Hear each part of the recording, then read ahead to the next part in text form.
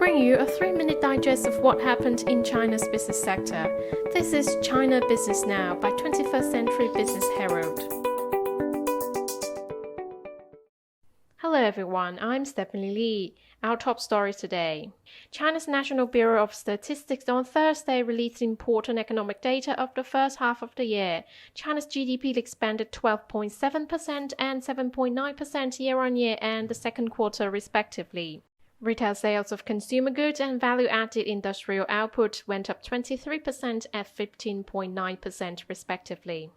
Urban unemployment rate stood at 5% in June, 0.7% lower than the same period last year. Fixed asset investment and investment in property development went up 12.6% and 15% respectively, and China's per capita disposable income stood at 17,642 yuan in the first 6 months, up 12.6% from the same period last year in nominal terms. China will release more than 10 million tons of coal from state's reserve to ensure steady supply in the market, National Development and Reform Commission said on Thursday. China has released coal reserve 4 times this year, totaling 5 million tons.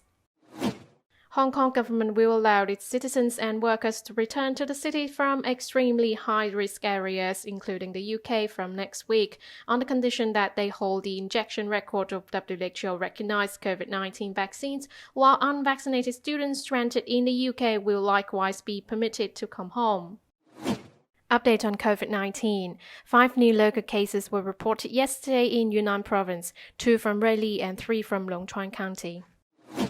Many places in China have introduced a timetable for vaccination of minors, saying it's necessary for people aged over 12 without contraindications to get vaccinated.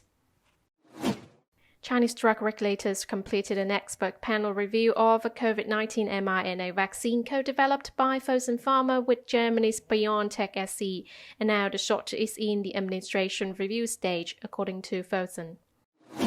CPC leads the centre's progress.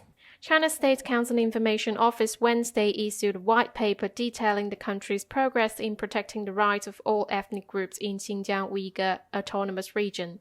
Before the founding of the People's Republic of China in 1949, the people of Xinjiang suffered oppression from invading imperialist forces, the feudal exploiting class, and the privileged religious hierarchy. In 1949, the people of Xinjiang, together with the rest of the country, were liberated and became masters of their own country.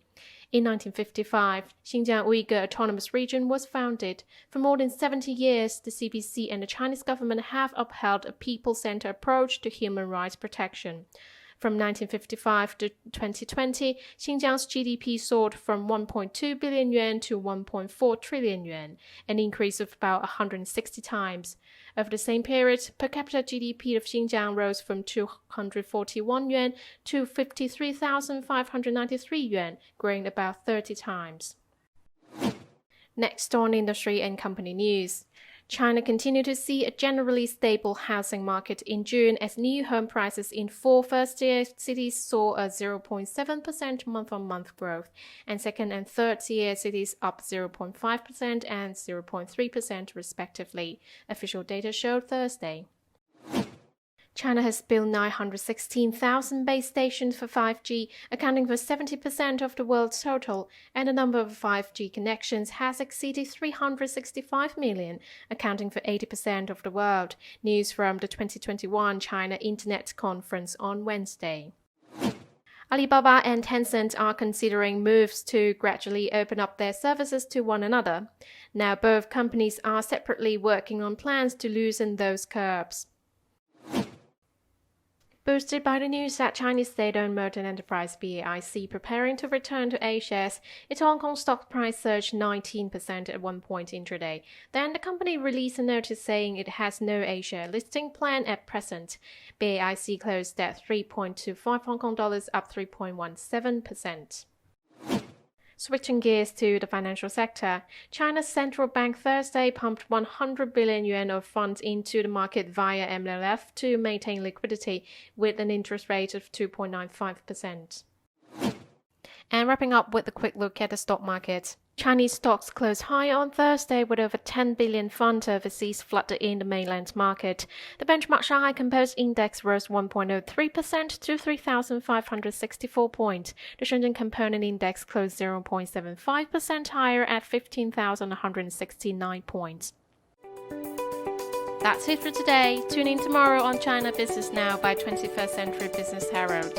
Goodbye.